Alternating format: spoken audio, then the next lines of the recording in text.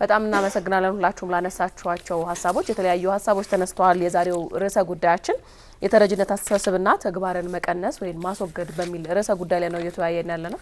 እንግዲህ በተነሱት ጉዳዮች ላይ ደግሞ ጥያቄዎች እንዲሁም ደግሞ አስተያየቶች ላይ ደግሞ ዶክተር መሰለ መንግስታት ሀሳቦትን ያጋሩን። በእርግጥ እኔ እዚህ የመጣሁት ሀሳቤን ለማካፈል ነው። የሁሉም ለተነሱ ጥያቄዎች በሙሉ መልስ መስጠት በሚያስችል ካፓሲቲ ላይ እንዳለው አይሰማኝም። ምክንያቱም አንዳንዶቹ ተቋማት የሚመልሷቸው ጥያቄዎች ናቸው፣ መንግስት የሚመልሳቸው ጥያቄዎች ናቸው። ስለዚህ አሁንም የማደርገው መልሼ ሀሳቤን የማጋራት ስራ ነው የምሰራው ማለት ነው። የተረጅነት ስሜት ምንጩ እንዴት ተፈጠረ? ይሄ ግራንድ የሆነ ሪሰርች ይፈልጋል። ምክንያቱም ጉዳዩ በጣም ጥልቅ ስለሆነ ከማንነታችን ጋር እንደ ሀገርም እንደ ግለሰብም ካለን ማንነት ጋር የተያያዘ ስለሆነ በጥናት መመለሱ ተገቢ ነው ብዬ ነው ማምነው። ለምንድን ነው በእርግጥም ድሀ ይሆን ነው? ለምንድን ነው የተረጅነት ስሜት? አሁን ለምሳሌ ኢትዮጵያ ቅኝ አልተገዛችም ይባላል፣ የቅኝ ግዛት ታሪክ የለንም ይባላል። በአንዳንድ ሁኔታዎች በቅኝ ከተገዙት ሀገሮች የበለጠ የቅኝ ተገዥነት ስሜት ደግሞ ይንጸባረቅብናል። ይሄ ትልቅ ፓራዶክስ ነው። እንደ ሀገር ትልቅ ጉዳይ ሆኖ መጠናት ነው መቻል ያለበት። ከአንዳንድ የአፍሪካ ሀገሮች በተሻለ ሁኔታ የነጭ አምላኪነት ባህሪ ይነበብብናል። እውነቱን ለመናገር እኮ አይደለ እንዴ? አምላኪነት ነው ያልኩት። ከነጭ ጋር መስራት ተገቢ ነው። ፓርትነርሺፕ የሚል ሀሳብ ቅድም ሲነሳ ነበር። የሚፈለገው እሱ ነው። በአጋርነት የመስራት አቅምን መገንባት ነው የሚፈለገው።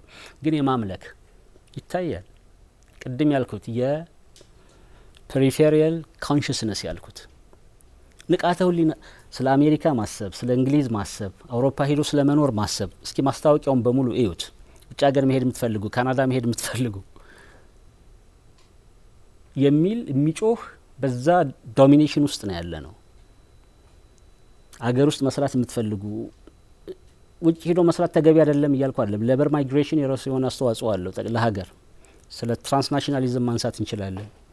ስለ ዲያስፖራ ሚና ቅድም ስለተነሳ ማለት ነው።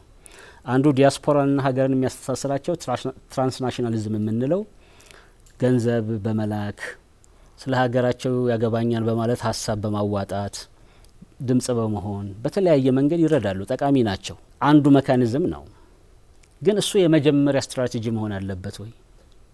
የመጀመሪያና የመጨረሻ እየሆነ ነው። አሁንም እንዲያውም ሁሉም ነገር የሚጮኸው ከሌበር ማይግሬሽን ጋር ካናዳ፣ አውሮፓ ሄደ መስራት ትፈልጋለህ ወይ? በዛ ስም እያጭበረበሩ የሚሄዱም ብዙ ካምፓኒዎች እንዳሉ ሁሉ እንሰማለን። እና መጠናት አለበት ባይ ነኝ። ስለዚህ ምንጩ ሪሊ መሰለ ያውቀዋል ብዬ አላስብም። ግን ሂስቶሪካል ፕሮሰስ ነው፣ ሂደት ነው የፈጠረው። የጦርነት ሂደት፣ የረሃብ፣ የድርቅ፣ የችግር፣ የእርስ በርስ ጦርነት ሂደት አስተዋጽኦ አለው ብዬ አስባለሁ። ከዚሁ ጋር ተያይዞ የውጭ ሀገሮች እንደዚህ እንድንሆን ሰርተውብናል ምናምን ወደ ዳር የሚተው ፋክት አይደለም። ግን እሱ ላይ ሁልጊዜ መንጠልጠል ደግሞ ሰበብ ነው ብዬ ነው የማስበው። እኔ የስሌቨሪ ታሪክ አለ፣ ከዛ ቀጥሎ የኮሎኒያሊዝም ታሪክ አለ። ኮሎኒያሊዝም ሲያልቅ ደግሞ የውጭ ካምፓኒዎች መጥተው አፍሪካ ጋር ኢምፕላንት በማድረግ ሪሶርሱ ያለበት ቦታ ላይ ሄዶ ካምፓኒያቸውን መትከል፣ እሱም ሌላ ፎርም ነው። ግሎባላይዜሽን በራሱ ሌላ ፎርም ነው። እነዚህ በሙሉ ምንጩ ምንድነው ከሚለው ጋር የራሳቸው የሆነ ትስስር አላቸው። የመጀመሪያው ዓለም ጦርነት፣ የሁለተኛው ዓለም ጦርነት በራሱም የራሱ የሆነ ከተረጅነት ስሜት ጋር ግንኙነት አለው። እነዚህ ሁሉ አስተዋጽኦ አላቸው። እነዚህን ግን የብቸኛ ሰበብ አድርጎ መቆየት አይቻልም። ኢንዲፔንደንትሊ ብቻቸውን ተጽዕኖ የሚያሳድሩ አይደሉማ። እኛ ስንቀበል ጭምር ነው ተጽዕኖአቸው የሚያርፈው። ስለዚህ ወደ ውስጥ ማየት ተገቢ ነው። ኢንዋርድ ሉኪንግ የሚባለው ማለት ነው።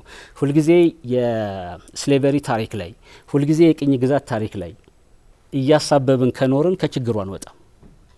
ስለዚህ ናሬቲቭ ቲዮሪ የምንለው አለ። ናሬሽን ሪኮንስትራክት ይደረጋል፣ እንደ አዲስ ይገነባል። ታሪክ ያለፍንበት የሰቆቃ የጦርነት ምንም በሉት ታሪክ ሪኮንስትራክት ይደረጋል።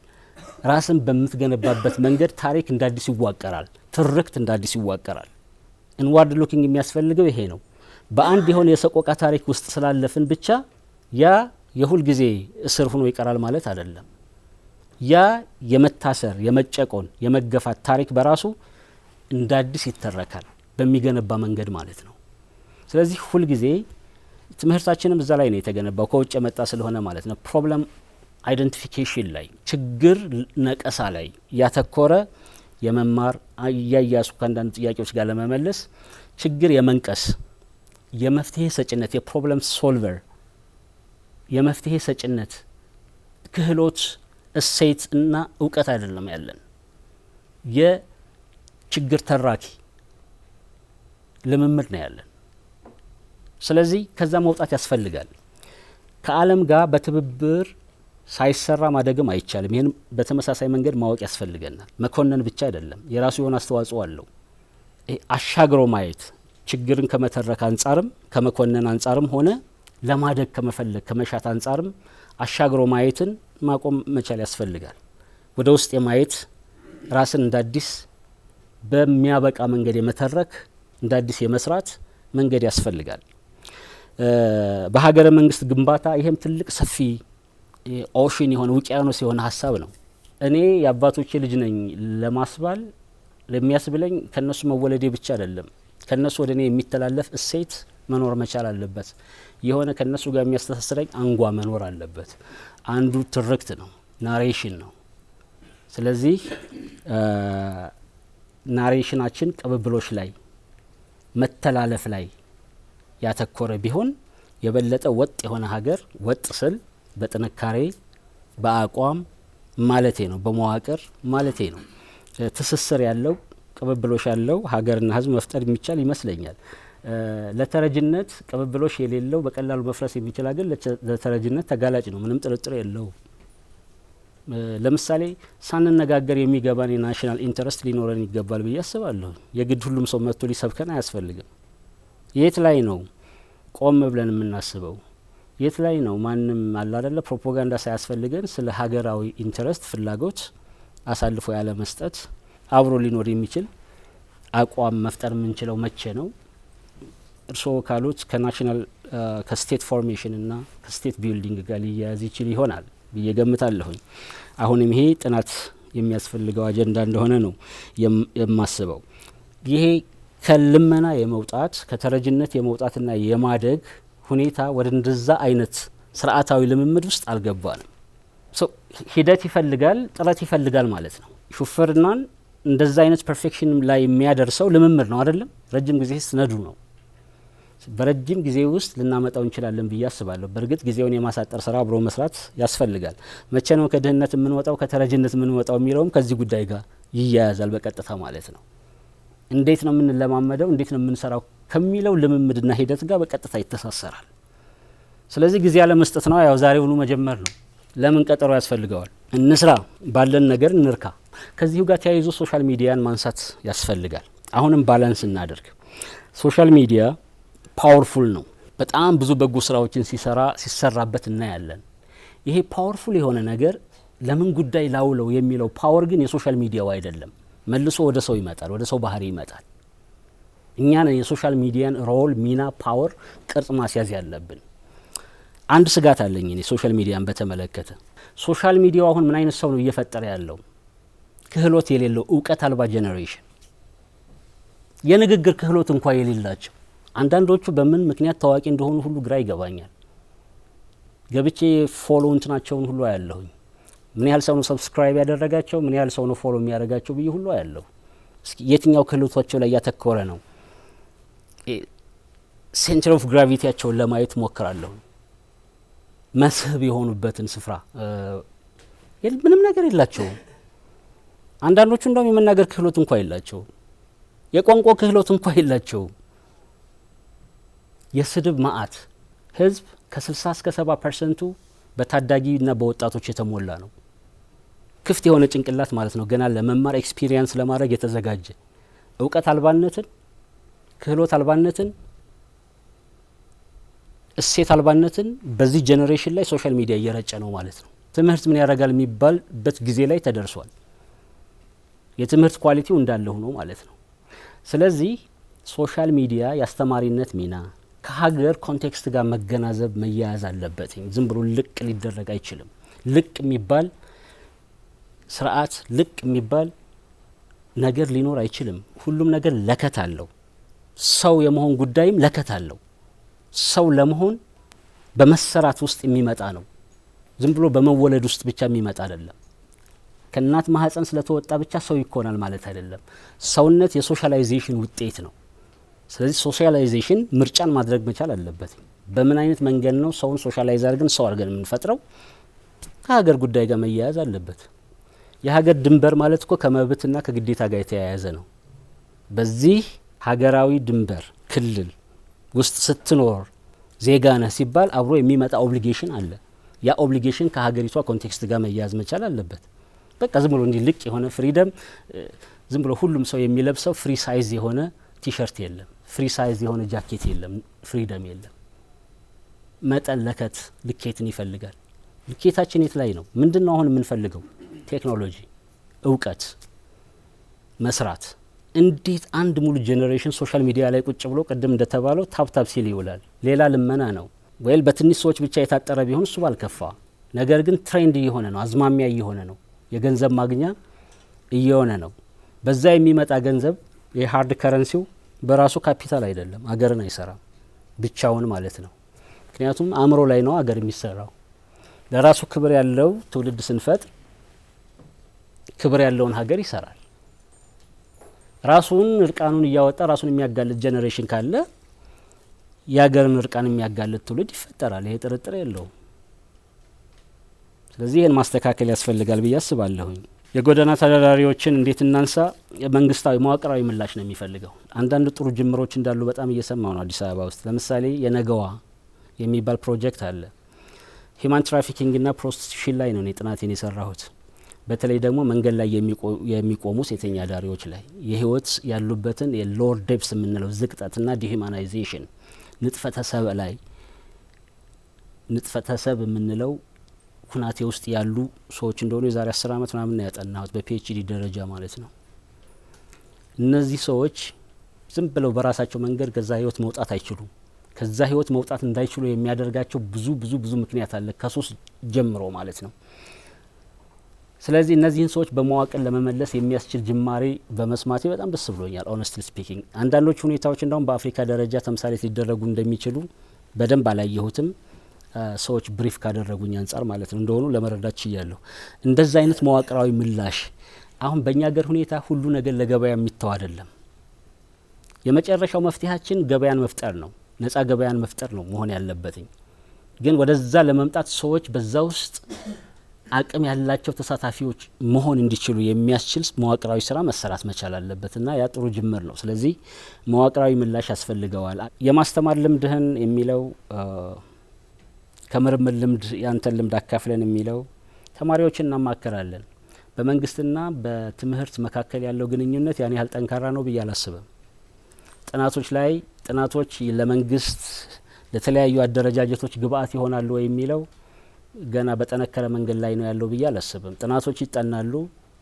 በማስተርስ ደረጃ በፒኤችዲ ደረጃም ተለቅ ያሉ ሪሰርቾች ይሰራሉ። ያን መጠቀም የሚችል አደረጃጀትና መዋቅር አለው የሚለው ያሳስበኛል። አንድ ጥናት እዚህ ላይ ምናልባት አስተማሪ ይሆናል ብዬ የማስበው 1000 የዩኒቨርሲቲ ተማሪዎችን በሰርቬይ ለማጥናት ሞክሬ ያለሁኝ ከሌሎች ቲሞች ጋር ሁኜ ማለት ነው። እኔ በመመራው ሪሰርች በእርግጥ ጥናቱ በዩኤስአይዲ የተደገፈ ነበር። ከዛ ጥናት ውስጥ ለሁላችን አስተማሪ ይሆናል ብዬ የማስበው አንድ ጎልቶ የወጣው ነገር ምንድን ነው? ወጣት የሀገር ግንባታ ኃይል ሆኖ ሳለ በእኛ ሀገር ያለው ትሬንድ በብዙ የአፍሪካ ሀገሮችም ያለው ትሬንድ ነው። አክቹዋሊ ወጣትን ለድንጋይ ውርወራና ለሌሎች ነገሮች ብቻ የማሳተፍ ትሬንድ ጎልቶ የወጣ ነው። ወጣቶች በዛፍ ተከላ ላይ፣ በቮለንተሪዝም ላይ፣ በችግኝ ተከላ ላይ ብቻ ነው ትንሽ አለፍ ያለ ተሳትፎ ያላቸው ጎልቶ የሚታየው። በኢኮኖሚያዊ መዋቅር ላይ፣ በፖለቲካዊ መዋቅር ላይ፣ በሊደርሺፕ ላይ ሰፊ የሆነ ተሳትፎ አይታይም። ሪያሊቲው ግን ወጣቶች ሀገር ገንቢዎች፣ የለውጥ ኃይሎች መሆናቸው ነው ቲዮሪዎች፣ ንድፈ ሀሳቦች የሚያስተምሩን። ወጣትና ቤተሰብ ላይ ዘላቂነት ያለው መፍትሄ ማምጣት ከተፈለገ ጠንካራ ቤተሰብና ጠንካራ የወጣት አደረጃጀትን መፍጠር ያስፈልጋል። በነገራችን ላይ የትልቅ ሰፖርት ሲስተም የምንለው ቤተሰብና ማህበረሰብ ጉርብትና ነው የነበረው። አሁን ዌልፌር የምንለው የነዚህ ፌለር ነው። የቤተሰብ ፓወር መሸርሸር፣ የማህበረሰብ ፓወር ዲክላይን ማድረግ። ማህበረሰብ የምንለው ነገር ጉርብትና የምንለው ነገር በድሮ ፎርም አይደለም ያለው እኮ አሁን አይደለም፣ በተለየ ቅርጽ ነው ያለው እንጂ የመረዳዳት የመደጋገፍ ዋናው ምንጭ የነበረው ቤተሰብ ነው። አንደኛ በኤክስተንድድ ፋሚሊ የተሞላ ስለነበረ ማለት ነው። አሁን ኒኩለር ፋሚሊ ነው ያለው። አንድ ቤት ውስጥ 2 ልጅ ባልና ሚስት ቢበዛ ያለው ሁሉም ብሬድ ዊነር ነው። በጉርብትና መካከል እሳት መጫጫሩ መደጋገፉ አሁን የለም። ኔክስት ዶር ማን እንደሚኖር እናውቃለን። ቀጥሎ ያለው በር ላይ ማን ነው የሚኖረው አናውቅም። ኢቭን ትውውቅ እንኳ የለንም።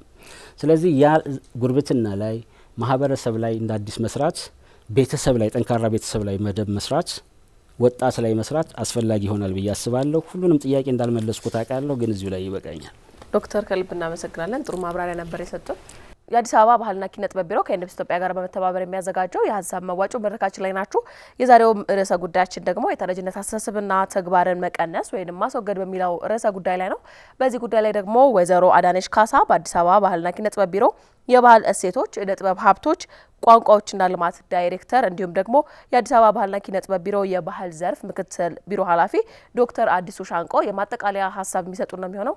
ወደ እናንተ ዶክተርን ከልብ አመሰግናለሁ። ያለህን ልምድ እውቀት፣ የጥናትም የስራም በየመድረኩ በተማሪዎች በተለያዩ ሪሰርቾች ከምታገኛቸው ጭምር ለመድረኩ ጥሩ ግብዓት እንዲሆን ያቀረብካቸው ሀሳቦች ብድግ እያረግን በተግባር እንድናውላቸው ለሁላችንም የተዘሩ ስለነበሩ ከልብ እናመሰግናለን። ዶክተር መሰለ መንግስት አብን ማለት ነው።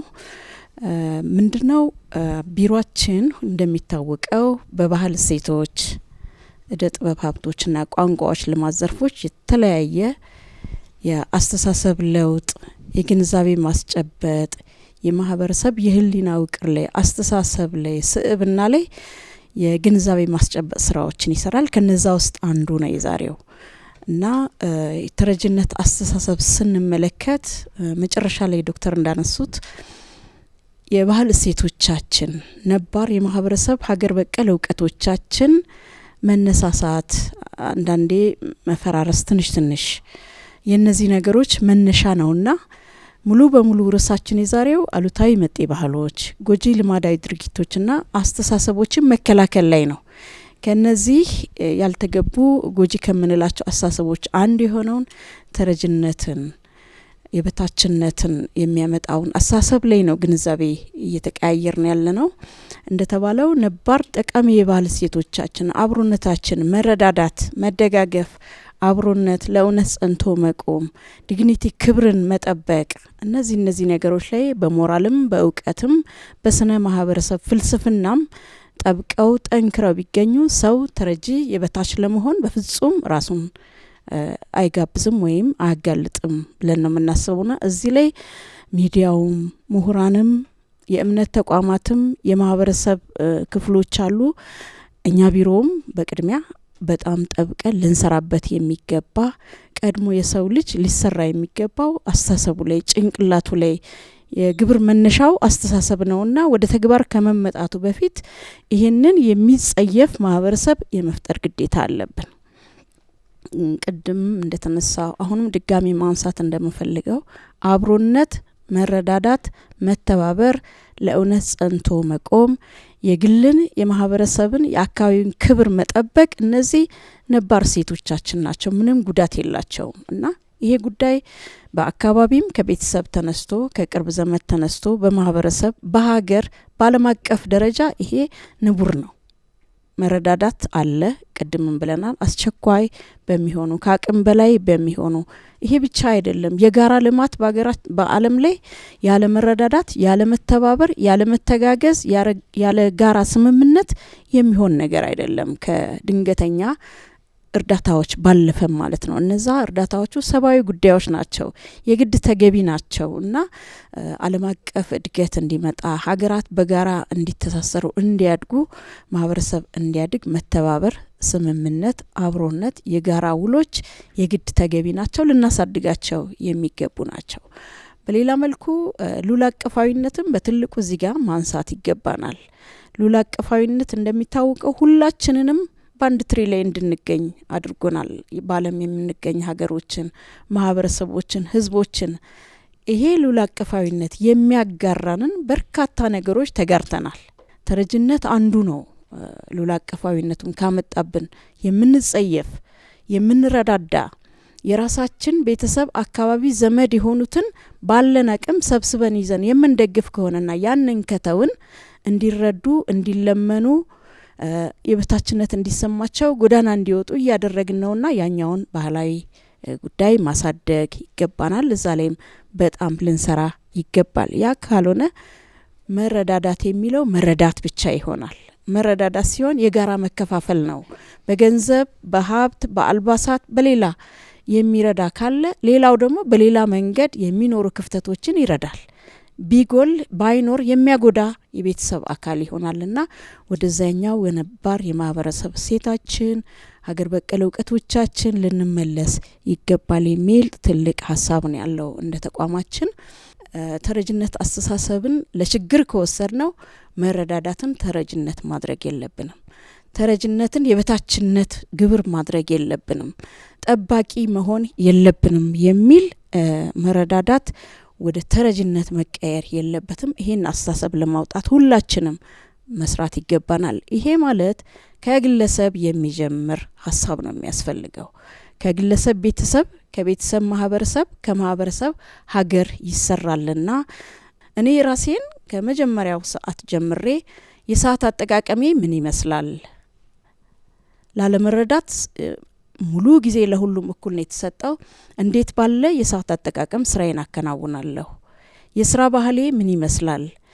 ይሄም ልማድ ነውና የትኞቹን ስራዎች ገንዘብ ላገኝበት፣ ቤተሰብ ልመሰርትበት፣ የራሴን ማህበረ ኢኮኖሚያዊ ሁኔታ ላጠናክርበት፣ ራስን መቻል ከቤት ጀምሮ ልችልበት እችላለሁ ብዬ ከማሰብ ይልቅ አንዳንዴ ወረቀቶቻችንን ልናስብ እንችላለን። አንዳንዴ የመጣንበትን ማህበራዊ ደረጃ ልናስብ እንችላለን። ግን ዛሬን ከተረጅነት ማዳን ትልቁ ክብር ነው። ይሄንን ነው መውሰድ ያለብን እና ትልቁ ክብር ሰው የመሆን ክብር የመጣንበት አላንድ አላማ አይደለም። ራስን መመገብ፣ ቤተሰብን መመገብ፣ ሌሎች ተገቢ ነገሮችን መሸፈንና ለሚጠበቀው ሌላ ማህበራዊ ደረጃ ማድረስ ትልቁ ስለሆነ ከቤተሰብ ጀምሮ ግለሰብ ኃላፊነት ሊወስድ ይገባል። የስራ ባህሉን ማሻሻል አለበት። የስራ የጊዜ አጠቃቀማችንን ማሻሻል አለብን። መንግስት ከጠዋቱ 2 ሰዓት ተኩል እስከ 11 ተኩል ያስቀምጠናል። ሌላም አለ። ግን የተለያዩ ገቢ ልናገኝባቸው የምንችልባቸው መንገዶች ከነበረኝ የዶክተር የማስተርስ የመጀመሪያ ዲግሪ ኦር ከሌላ ማህበራዊ ክብር ዝቅ ባለ ደረጃም የኔን ህይወት ሊቀይር ወደሚችል የስራ ባህል ወደዚህ መሄድ አለብን። አሁን ገቢያችን ከወጫችን እንዲመጣጠን መረዳት፣ መለመን፣ የበታች መሆን፣ ለማሸነፍ መራብ፣ ቅድምም ሲነሳ እንደተባለው ወደ ሌላ አካል ሄዶ የመመዝገብ እነዚህን አስተሳሰቦች በእጅጉ ተጠይፈን ማስወጣት፣ የጊዜ አጠቃቀም፣ የስራ ባህል መቀየር መቻል አለበት ብዬ አስባለሁ። ለዚህ ማንም ለኛ ቀድሞ የሚያስብልን ሊኖር አይገባም። በግለሰብ፣ በቤተሰብ፣ በአካባቢ፣ በሀገር እነዚህ ላይ ጠብቀን ልንሰራ ይገባል። ለዚህም ውጤቱ እንዲመጣ ምሁራን በእጅጉ መስራት አለብን። የሀገራችን የትምህርት ስትራክቸሩ መዋቅሩ የጽንሰ ሀሳብ ሰው ሲያወጣ አይኖረው መቀየር መቻል አለበት ብለን እናስባለን። እስከ ፖሊሲ ድረስ ሰው ስራ ፈጥሮ ራሱን ቤተሰቡን የሚችል መሆን መቻል አለበት። የሚቆም ተምሮ የሚረዳ ዜጋን እንዳያወጣ ይሄ የከረመ የንድፈ ሀሳብ ትምህርት አሁን ስርዓተ ትምህርቱ ላይም እንደምናየው ሀገር በቀል እውቀቶች ገብተው የእደ ጥበብ ፈጠራ የጥበበ እድ እውቀት ሙያዎች ገብተው ኪነ ጥበብ ሙያዎች ገብተው ሰው በራሱ ጊዜ ስራ ፈጥሮ ሊኖርባቸው በሚችልባቸው አግባብ እየተሰጠ ያለው ትምህርት ዳብሮ በሙያ ጭምር ሰው ወጥቶ ሰርቶ ራሱን መቻል እንዲችል መደረግ አለበት። ከዚህ ባለፈ በጣም ሰፋፊ ፕሮግራሞች ያሏቸው ሚዲያዎቻችን እዚህ ህሊና ውቅር ላይ ሰው ራሱን መቻል ላይ ትልቁ ክብር የሚጀምረው ራስን ከመቻል እንደመሆኑ ከግለሰብ የሚችል የተረጅነትን፣ የልመናን፣ የድህነትን፣ የበታችነት ስሜትን የሚጸየፍ ትውልድ መፍጠር ላይ ይሄን በትልቁ ልንሰራ ይገባል።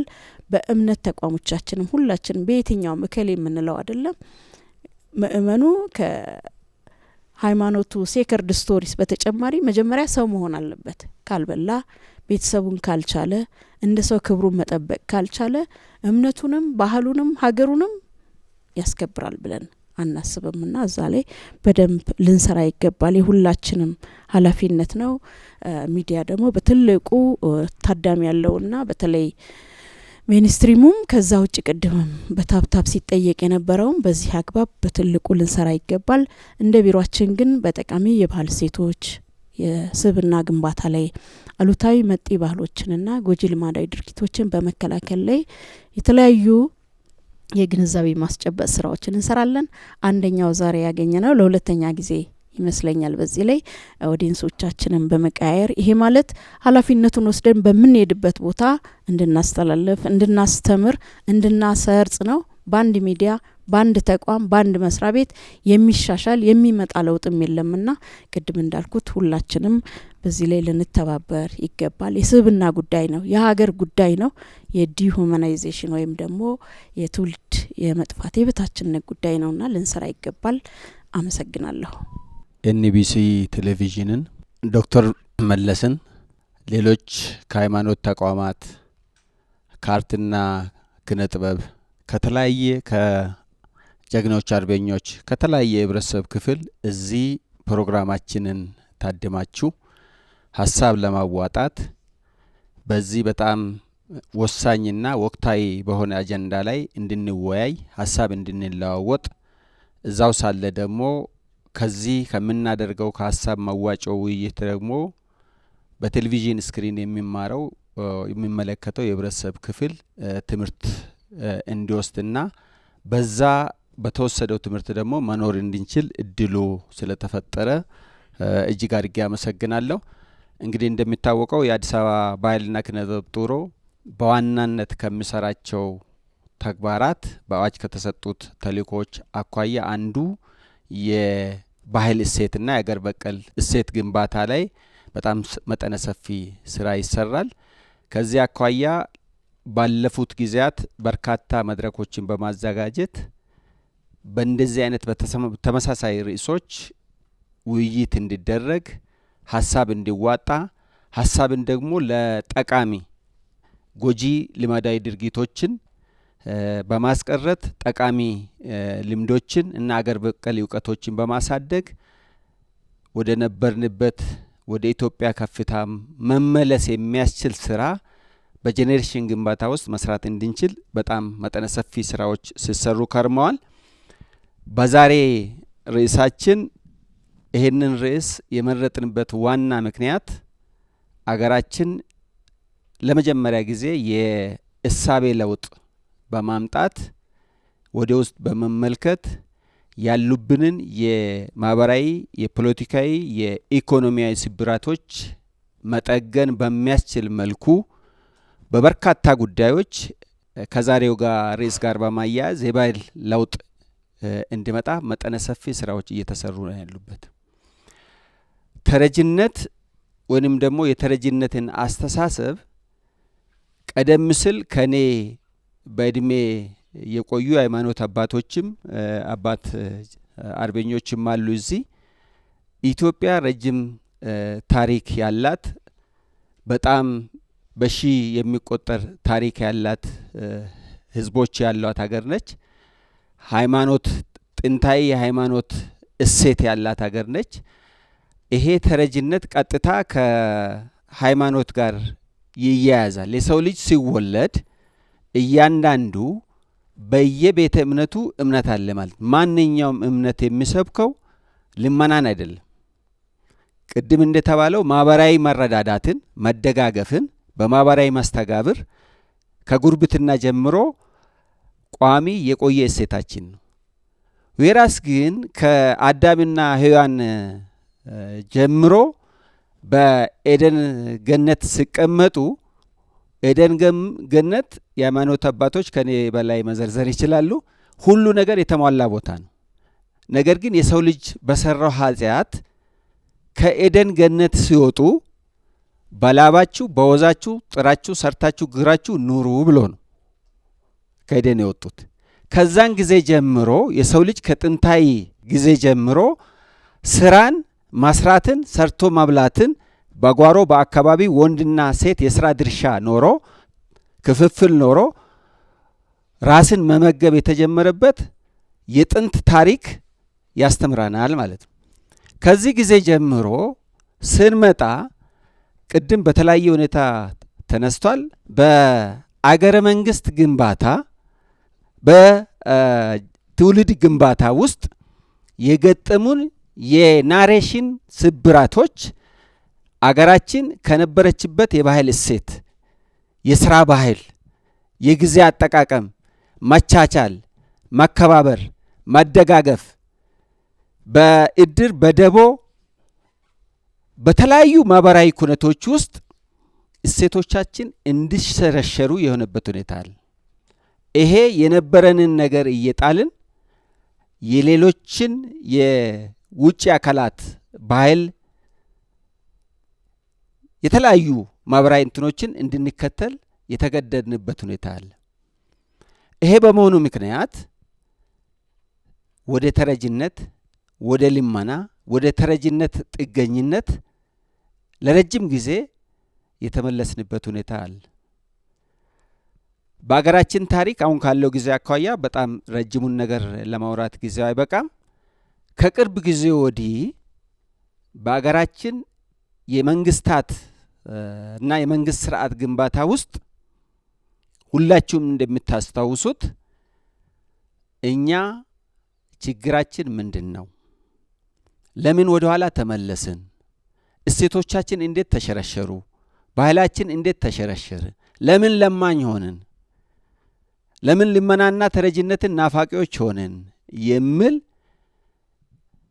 በደንብ ታይቶ ተጠንቶ መንግስት ቀደም ብሎ የነበረውን አፍርሶ የመገንባት ታሪክ በቀየረ ሁኔታ የነበረውን የነጠላ ትርክት በማስቀረት የወል ትርክት ሲባል በጋራ ማደግ፣ በጋራ መበልጸግ፣ በጋራ መከባበር፣ በጋራ መቻቻል፣ በጋራ ለልማትና ለእድገት መቆም በኢትዮጵያ ከጥንት ታሪክ ጀምሮ የመጣ እሴት ስለሆነ ይሄ እሱን ማስቀጠል የጊዜ የማይሰጠውና ወሳኝ ጉዳይ መሆኑን በመገንዘብ መንግስት የእሳቤ ለውጥ በአገር በቀል እውቀት፣ በአገር በቀል ኢኮኖሚ አገራችንን መቀየር እንችላለን የሚል የእሳቤ ለውጥ ደግሞ በትርክት ብቻ ሳይሆን በፍኖተ ካርታ አስቀምጦ አገራችንን መቀየር እንችላለን፣ አገራችንን መለወጥ እንችላለን፣ ራሳችንን ማበልጸግ እንችላለን፣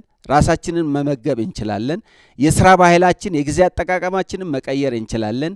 ኢትዮጵያውያን ጥገኞች ሳንሆን ለሌላ ጥላ መሆን የምንችል ህዝቦች ነን። ይሄንን ለማስተካከል የነበሩብንን ስብራቶች መጠገን መቻል አለብን። ለዚህ መከባበር መቻል አለብን።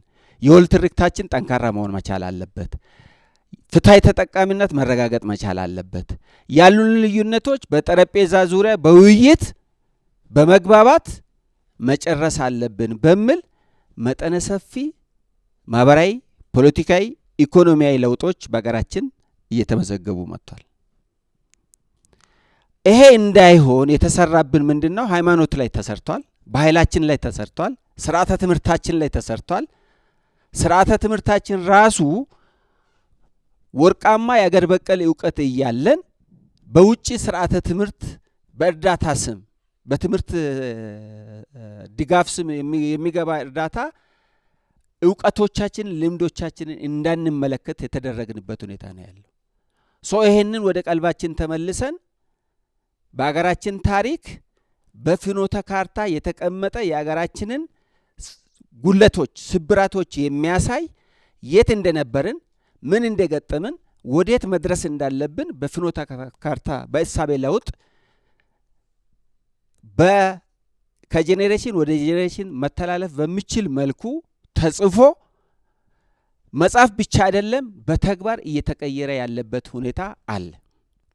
ከዚህ ጋር በማያያዝ ተረጅነትን ለማስቀረት በኢትዮጵያ ታሪክ ተረጅነት ከአገረ መንግስት ግንባታ ጋር ያለውን የሚያመጣውን ጉድለትና ዝቅጠት በመረዳት ተረጂነትን ለመቀነስ በከተማችን በአገራችን በክልሎች በጣም በርካታ ሰፊ ስራዎች እንደ ሀገራችን የተሰሩበት ሁኔታ አለ።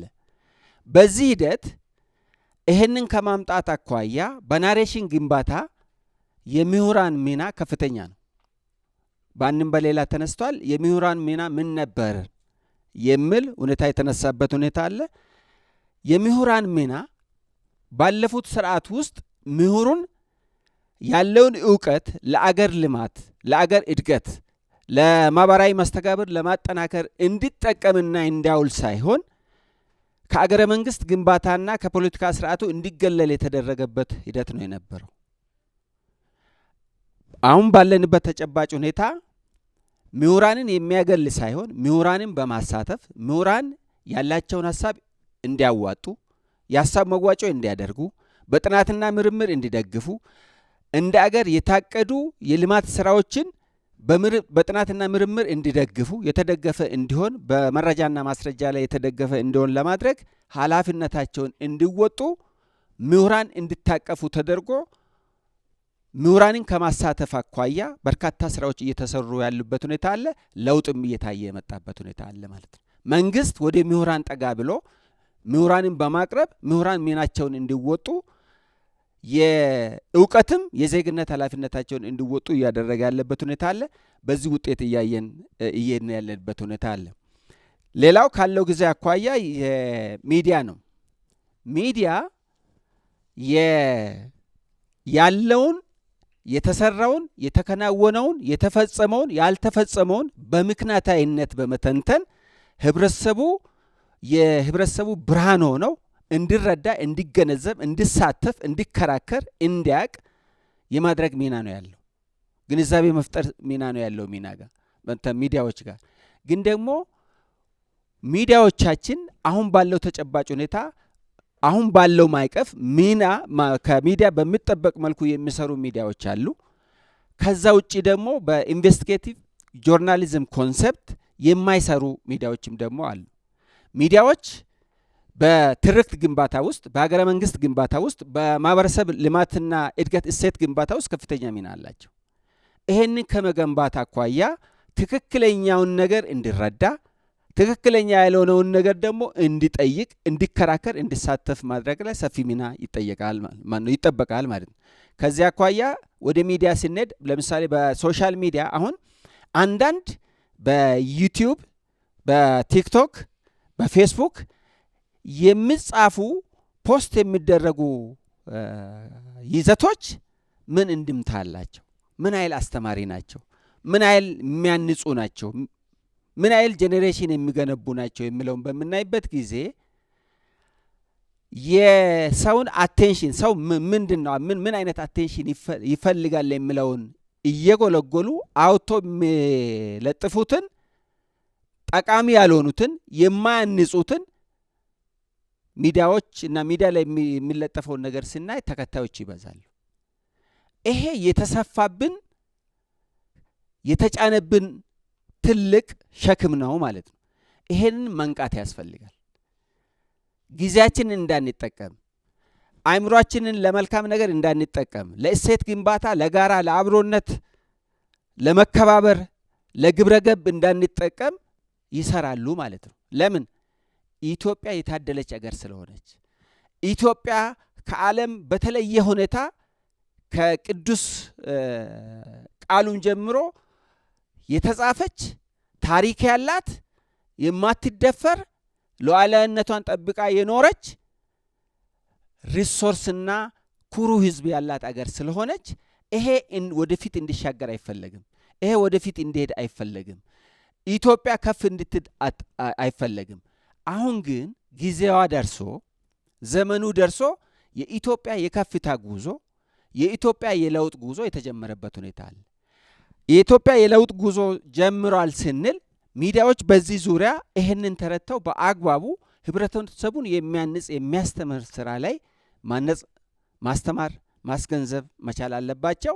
በዚህ ዙሪያ የሚጽፉ በሶሻል በማህበራዊ ሚዲያ ዙሪያ ያሉ ኢትዮጵያውያንም ወጣትም ሊሆን ይችላል፣ ሌላም የህብረተሰብ አካል ሊሆን ይችላል የሚጽፉትን ጉዳይ የቤተሰብ ጉዳይ፣ የወንድም ጉዳይ፣ የእህት ጉዳይ፣ አገር የመገንባት ጉዳይ፣ የአገር ልማት ጉዳይ፣ የሉዓላዊነት ጉዳይ መሆኑን የአገር ክብር ጉዳይ መሆኑን መረዳት መቻል አለባቸው።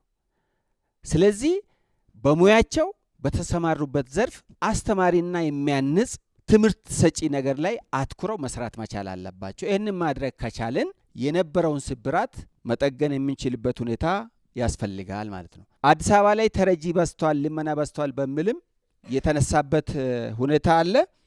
ተረጂነትን ከማስቀረት አኳያ ምን ተሰርቷል የሚለውን በምናይበት ጊዜ አዲስ አበባ ላይ በርካታ ሁላችሁም እንደምታውቁት አዲስ አበባ ላይ በርካታ ስራዎች ተሰርተዋል።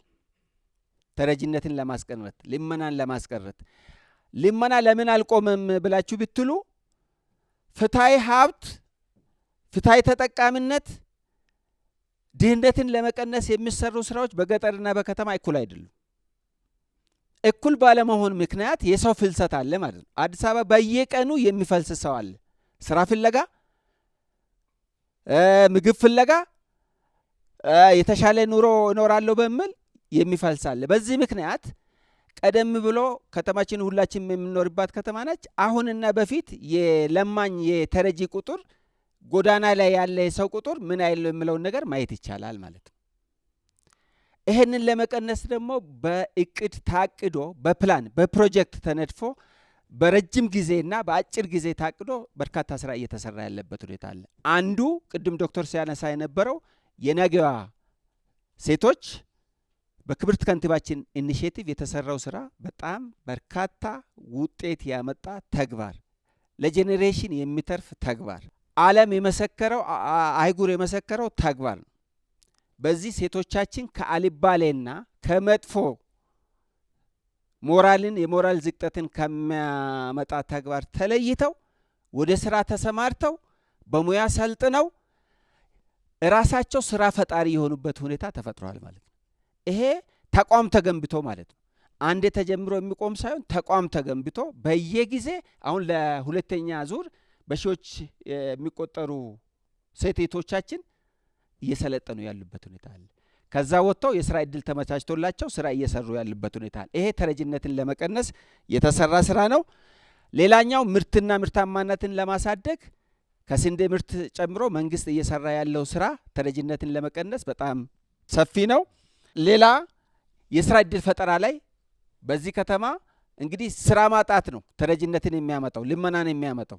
በሺዎች የሚቆጠሩ የስራ እድሎች በከተማችን በአንድ ጀንበር እስከ 30-40 ሺህ የስራ እድል የሚፈጠርበት ከተማ ሆናለች አዲስ አበባችን። ሌላኛው የጊዜና የሰዓት አጠቃቀም የጊዜና የሰዓት አጠቃቀም ተረጂነትን ከመቀነስ አኳያ ትልቅ ትርጉም አለው። ሰዓትን በአግባቡ መጠቀም፣ ጊዜን በአግባቡ መጠቀም፣ የስራ ባህልን መቀየር በጣም ትልቅ። ለምሳሌ አዲስ አበባችን የተቀየረችው አዲስ አበባን እንደ ስሟ አዲስ ውብ የማድረግ ራዕይ የተሳካ ያለው 7/24 የስራ ባህል በመቀየር ነው፣ የሰዓት ባህል በመቀየር ነው። ስለዚህ እዚህ ላይ እየተሰራ ያለው ስራ በጣም አበረታች ነው ማለት ይቻላል። ሌላው ደግሞ ሰው ተኮር ስራዎች፣ ሰው ልመናን እንድተው ተረጂነትን እንድተው በርካታ ሰው ተኮር ስራዎች እየተሰሩ ድሃን ያማከለ የተጎዳውን የህብረተሰብ ክፍል ያማከለ የስራ እድል ተፈጥሮ ራሱን እንዲችል ቤት ያሌለው ቤት እንዲያገኝ መመገብ በአንድ ጊዜ በቀን መመገብ የማይችል በቀን 2 ጊዜ ምግብ እንዲያገኝ ወደ 26 ማዕከላት ተገንብተው አቅመ ደካሞች ለአገር ባለውለታ የሆኑ ረዳት ጧሪ የሌላቸው ወገኖች እንዲረዱ ከውጭ የምንጠብቀው እርዳታ ሳይሆን በራስ አቅም መንግስት እና ባለሀብቱን በማስተባበር ተረጂነት ጎዳና ላይ ምግብ ፍለጋ እንጀራ ፍለጋ የሚቀመጥ ሰው መኖር የለበትም፣ ይሄ ክብራችንን ዝቅ ያደርጋል በሚል ታቅዶ በስፋት እየተሰራበት ቀጣይነት ባለው ሁኔታ እየተሰራበት ያለበት ሁኔታ ነው ያለው። ሌላ ደግሞ ዜጋ ተኮር ፖለቲካ ላይ በጣም በርካታ ስራ እየተሰራ ነው ያለው። ለዜጋ የሚያስብ ለዜጋ ትኩረት የሚሰጥ መንግስት በሀገራችን እየተፈጠረ ያለበት ሁኔታ ነው ያለው። ሌላኛው ከወጣት ተጠቃሚነትም ጋር ተያይዞ የተነሳ ጉዳይ አለ። ወጣቶች ተመልካቾች ሳይሆኑ አሁን ተጠቃሚዎች ናቸው። ተጠቃሚዎች ብቻ ሳይሆን ተሳታፊዎች ናቸው። ይሄንን ለመመለስ አሁን ያለው መንግስት በጣም ሰፊ ስራ እየሰራ ነው ያለው። ጽፎ ማለት ነው። የመደመር ትውልድ ስለ ወጣቱ ነው የሚያወራው።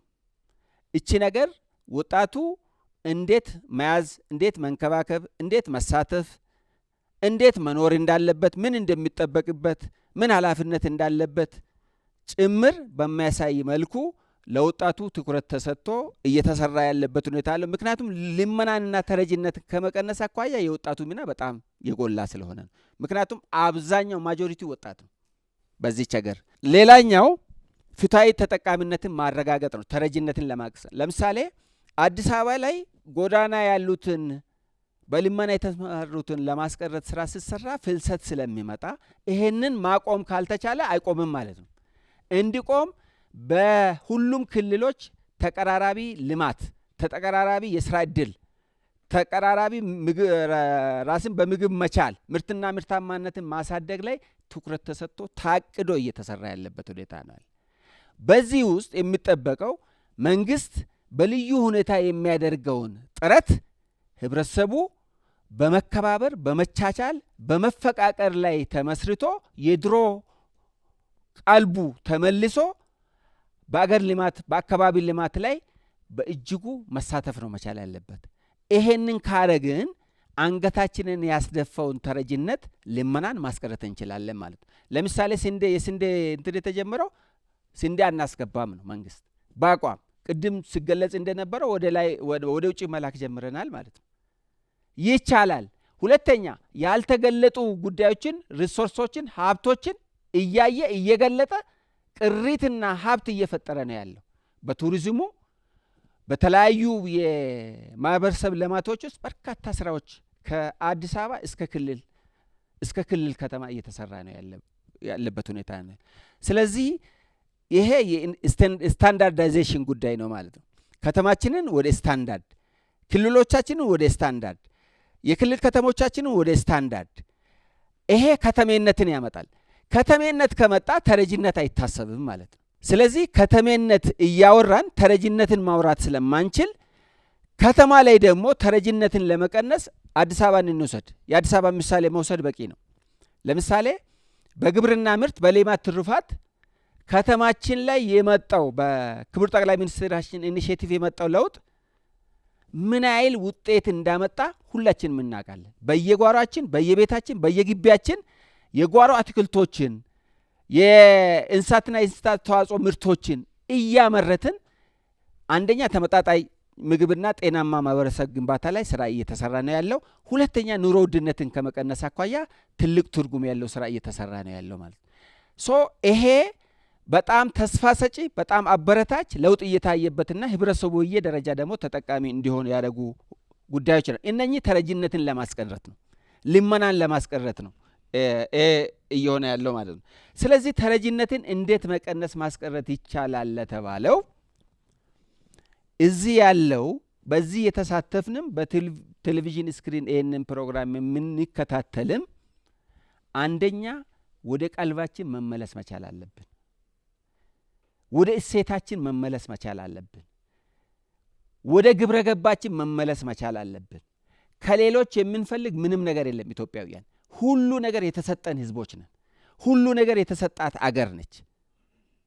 እውቀቱ አለ፣ ሀብቱ አለ፣ ግብረ ገቡ አለ በየቤተ እምነቱ። ይሄንን በማስቀጠል አሁን የተጀመረውን ነገር በመሳተፍ በመተቸት አይደለም። መተቸት ችግር የለው፣ ገንቢ የሆነ ትችት ችግር የለው። በመተቸት ሳይሆን ተረጅነትን ለመቀነስ አንደኛ መስራት መቻል አለብን። የጊዜ አጠቃቀም ባህላችንን መቀየር መቻል አለብን። የስራ ባህላችንን መቀየር መቻል አለብን።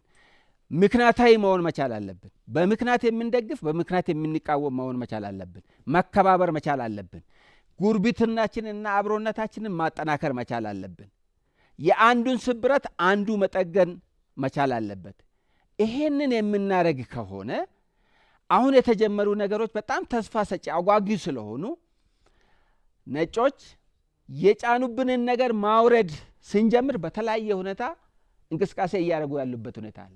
ኢትዮጵያ ትቀጥላለች። የኢትዮጵያ ልማት ይቀጥላል። የኢትዮጵያ አብሮነት ለስንት ሺህ ዘመን አልፈረሰም፣ ጸንቶ ኖራል፣ ወደፊትም ይቀጥላል። ነገር ግን ይሄንን ናቅተን ወደ ቀልባችን ተመልሰን ተሰባስበን ተከባብረን ተፈቃቅደን ኢትዮጵያን ለመሻገር አገራችንን ለማልማት እያንዳንዳችን በተሰማራንበት መስክ የሚጠበቅብንን ሙያዊ የዜግነት ኃላፊነታችንን በመወጣት መንቀሳቀስ ከቻልን አይናችን ተገልጧል። ይሄንን ለማስቀጠል ሁላችንም ርብርብ ማድረግ መቻል አለብን። ይሄ ሲሆን ተረጅነት ይቆማል ማለት ነው። ልመና ይቆማል ማለት ነው። አገራችንን እናሻግራለን። የኢትዮጵያ ከፍታ ወደ ነበረበት ይመለሳል። እቺ ፈጣሪ የባረካትን አገር ፈጣሪ ባርኮ የሰጠንን አገር መጠበቅና መንከባከብ ትሩፋቷን ለመጠቀም አእምሯችንንና ቀልባችንን ማዘጋጀት የሁሉም ዜጋ ኃላፊነት ነው። በዚህ መልኩ መሄድ ከቻልን ፈጣሪ ይረዳናል። ኢትዮጵያችን ትሻገራለች፣ ትለማለች፣ ትበለጽጋለች የሚል ሀሳብ ለመጨመር ነው። ፈጣሪ ኢትዮጵያና ሕዝቦቿን ይባርክ። ወይዘሮ አዳነች ካሳ በአዲስ አበባ ባህልና ኪነ ጥበብ ቢሮ የባህል ሴቶች እደ ጥበብ ሀብቶች ቋንቋዎችና ልማት ዳይሬክተር እንዲሁም ደግሞ የአዲስ አበባ ባህልና ኪነ ጥበብ ቢሮ የባህል ዘርፍ ምክትል ቢሮ ኃላፊ ዶክተር አዲሱ ሻንቆ ለሰጣችሁን የማጠቃለያ ሀሳብ ከልብ ነው የምናመሰግነው። ሁላችሁም ተሳታፊዎቻችን ከልብ እናመሰግናለን። የአዲስ አበባ ባህልና ኪነ ጥበብ ቢሮ ከኤንቢሲ ኢትዮጵያ ጋር በመተባበር ያዘጋጀው የሀሳብ መዋጮ መድረካችን የተረጂነት አስተሳሰብና ተግባርን መቀነስ ወይም ማስወገድ በሚለው ርዕሰ ጉዳይ ላይ ነው የዛሬው የነበረው። ሌሎች መሰል መድረኮች ደግሞ በተለያዩ ርዕሰ ጉዳዮች ላይ እናዘጋጃለን። ለዛሬው ለነበረን ቆይታ ግን ከልብ እናመሰግናለን።